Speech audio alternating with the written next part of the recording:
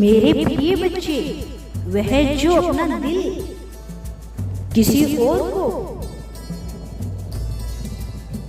दे सकता है, वह तुम्हें धोखा न दे, यह कैसे हो सकता है? मौन होकर जो तुम्हारे व्यवहार से कहा जा सकता है, वह लड़ाई करके भी नहीं कहा जा सकता मेरे बच्चे।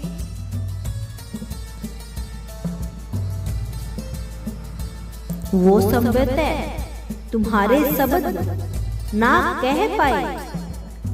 मेरे प्रिय, जब तुम आसपास के लोगों में अपनी खुशियां ढूंढ लेते हो,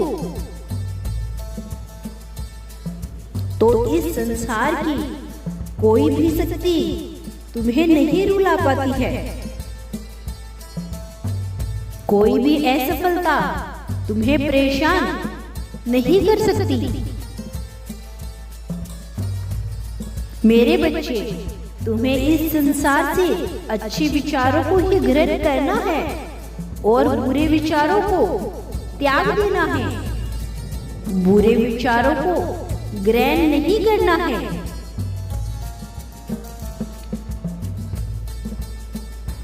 अच्छे अच्छे विचारों का आत्मसात करते हुए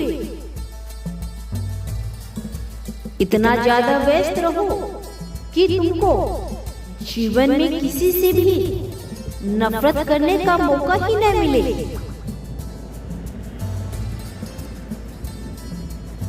दुख एवं पश्चाताप के लिए समय ही न मिले।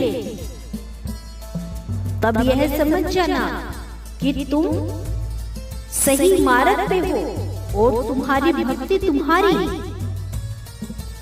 साधना का फल तुम्हें मिलना प्रारंभ हो चुका है। अपने जीवन में आगे बढ़ो और खूब तेजी से बढ़ो मेरे बच्चे, लेकिन संभल कर, क्योंकि बहुत लोग तुम्हारे गिराने की प्रतीक्षा में बैठे हुए हैं। जैसे ही तुम डगमगाओगे, वे अपना सही असली रूप तुमको दिखाना प्रारंभ कर देंगे। इसीलिए तुम्हें संतुलन बनाकर रखना है और अपने हर कदम को पूर्ण रूप से ध्यान से रखना है। किसी को खुश करना हो तो सबसे आसान है उसकी प्रशंसा कर दो, परंतु प्रशंसा करने के लिए झूठ भी बोलना ही पड़ता है।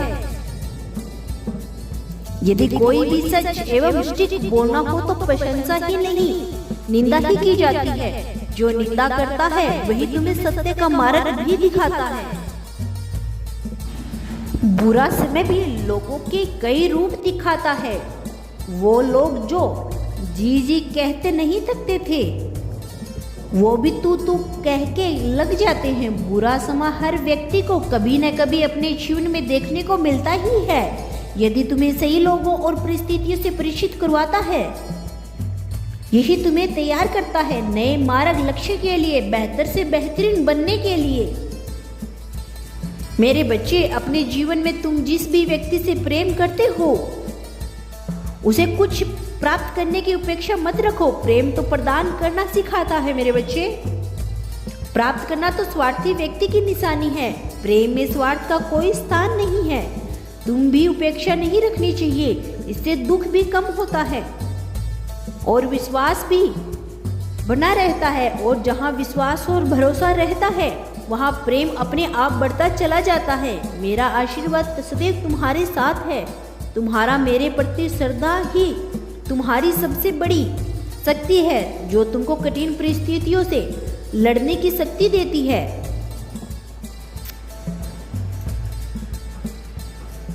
मेरे प्यारे बच्चे, यही सत्य क्रम तुम्हारा प्रारंभ को भी बदल देगी। इससे तुम्हें सब कुछ प्राप्त हो जाएगा। भले ही वह रिश्ते से संबंधित हो या संपत्ति एवं स्वास्थ्य आदि से संबंधित हो, सब कुछ स्वयं से ही होता चला जाएगा।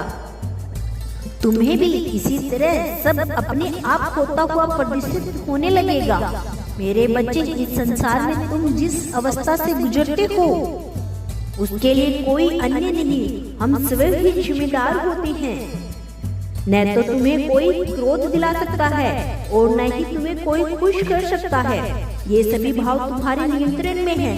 इनकी उत्पत्ति के कारण प्रतिदिन जन्म लेते हैं और प्रतिदिन इनका अंत भी हो जाता है। लेकिन इन दोनों ही परिस्थितियों में तुम भावनाओं के वशीभूत मत होने लगना। इससे अब बचना हो तो मुझे याद करते रहना। मैं यह कदापि नहीं कहता कि अनुभूति ही करना बंद कर दो, परंतु भावनाओं के वश में मत बहा जाओ, उनको वश में रखो।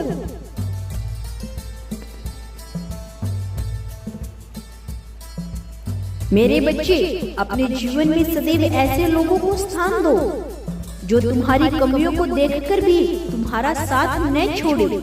तुम्हारी प्रतिभा को देखकर तो समस्त संसार ही तुम्हारा साथ दे देगा। जो तुम्हारी कमियों को जाने, उन्हें समझे, उन्हें स्वीकार करे और फिर उन्हें सुधारने में तुम्हारा सहायक बने, वही व्यक्ति तुम्हारे अच्छे समय में तुम्हारे साथ के योग्य है।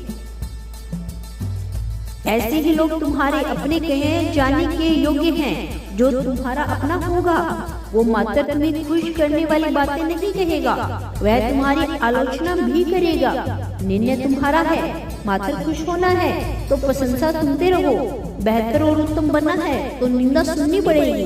अपनी कमियां और अपनी गलतियां बताने वालों की भी बात सुननी पड़ेगी। इन गलतियों को सुधारना पड़ेगा, तभी तुम जीवन में कुछ अच्छा कर पाओगे, तभी तुम सही तरीके से जीवन में आगे बढ़ पाओगे। समस्याएं सभी के जीवन में आती है, हम सब अपने अपने तरीकों से इसे लड़ते भी हैं, परंतु कई बार तुम समस्या से हारा हुआ और टूटा हुआ महसूस करने लगते हो। ऐसे में होता यह है कि तुम एक समस्या के बारे में मन ही मन में सोच कर उसे इतना अधिक बड़ा बना देते हो, जितनी भी बड़ी समस्या आलस्य में होती भी नहीं है। जैसे किसी हाथी को उसके सामने खड़ा जीव अपने कद का दुगना दिखाई पड़ता है, उसी प्रकार से तुम्हें भी वही समस्या दुगनी और कठिन बड़ी प्रतीत होने लगती है। ऐसा करना छोड़ दो। जितनी सहजता से सफलता को स्वीकारते हो, उतनी ही सहजता से समस्या को भी स्वीकार करो, उसका समाधान करो। मेरे बच्चे, शारीरिक संबंधों को निभाना आसान नहीं है। इसके लिए कई बार सहमत न होते हुए भी सामने वाले की बातों को समझने का प्रयास करना पड़ता है। सामने वाले से कोई भूल हो जाए तो उसे क्षमा भी करना पड़ता है। किसी को क्षमा करना हमें बड़ा ही बनाता है। इससे हमारे और सामने वाले के मन को शांति भी मिलती है। ऐसी परिस्थितियों को समझना होता है, हठता छोड़नी पड़ती है। हठता हमें मूर्ख की ओर अग्रसर करती है। यही मूर्खता गहरे से गहरे संबंधों को टूटने का कारण भी बनती है। इस संसार में किसी भी प्रकार का परिवर्तन कभी भी पीड़ादायक नहीं होता है। इस परिवर्तन का विरोध करना हमें पीड़ा देता है। पीड़ा और क्रोध के समय में जब तुमको कुछ भी समझ न आ रहा हो कि क्या करना सही रहेगा, तो इस समय कुछ भी कार्य न करना ही उचित होता है मेरे बच्चे। क्योंकि अगर तुम उस समय में जो कुछ कार्य करोगे वह तुम्हारे लिए गलत कार्य ही होगा।